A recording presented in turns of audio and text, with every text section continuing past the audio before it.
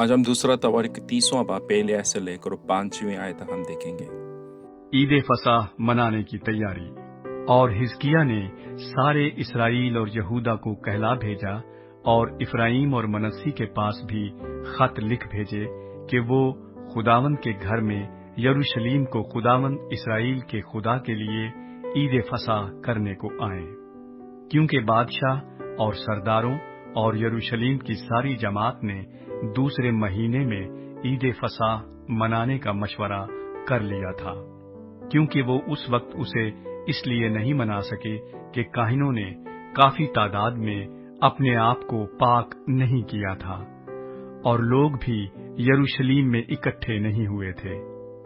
और ये बात बादशाह और सारी जमात की नजर में अच्छी थी, सो उन्होंने हुक्म जारी किया कि बीरसबा से दान तक सारे इसराइल में मनादी की जाए कि लोग यरूशलेम में आकर खुदावंद इसराइल के खुदा के लिए ईद फसह करें, क्योंकि उन्होंने ऐसी बड़ी तादाद में उसको नहीं मनाया था जैसे लिखा है।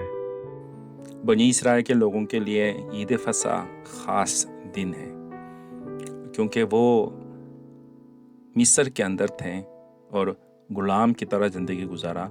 उन लोगों को निजात देने के लिए खास वक्त है, इसलिए तो खुदा ने उसको सारे खास रहनुमा और कुदरत के मुताबिक मिस्र से उसको निजात दिया है।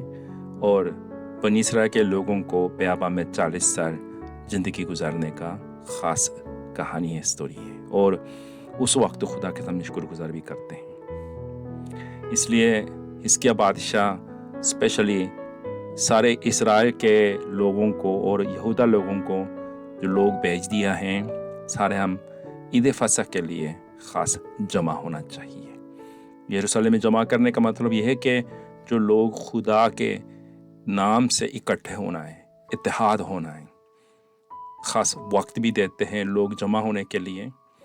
5 में लिखा है, लोग आजकल इसके बारे में सोचा नहीं है तो इतना जमा नहीं किया है।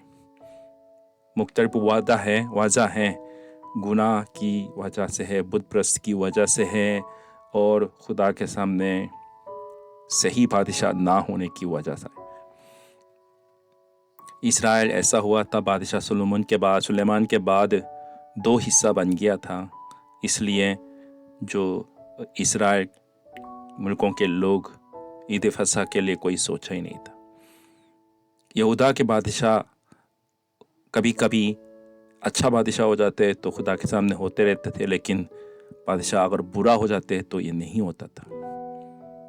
आज हम हिजकिय्याह बादशाह रूहानी तौर पर बहाल करने के लिए बेरसबा से दान तक लोगों को भेजना शुरू किया और पैगाम देना शुरू किया था, हम सब इकट्ठे होना है खुदा के सामने। इसका मतलब यह है कि तो खुदा के सामने वक्त देना है, खुदा के सामने अपनी ज़िंदगी के लिए दोबारा कुर्बानी देना है, वक्त देना है। हमारी ज़िंदगी के बारे में दोबारा देखेंगे, आप खुदा के लिए कितना वक्त देते हैं। इतवार में एक दफ़ा इबादत में बैठते हैं और बाकी वक्त खुदा का जलाल के लिए कितना आप इस्तेमाल करते हैं। वक्त के लिए दायाकी के बारे में सोचें, हम कितना खुदा के सामने देते रहते हैं। इसलिए ईद फसह आजकल हमारे लिए यह है कि हम स्पेशली खुदा के बारे में यादगार के लिए, खुदा को वक्त देने के लिए, खुदा के लिए ख़ास दिन बनाने के लिए हम कितना वक्त देते हैं, हम इसके बारे में दोबारा देखें, दुआ मांगे। जिंदा आसमान में हम तेरा शुक्र करते हैं, हमारे लिए ईद फसह खुदावन यीशु मसीह के लिए याद रखने के लिए ख़ास वक्त होना चाहिए।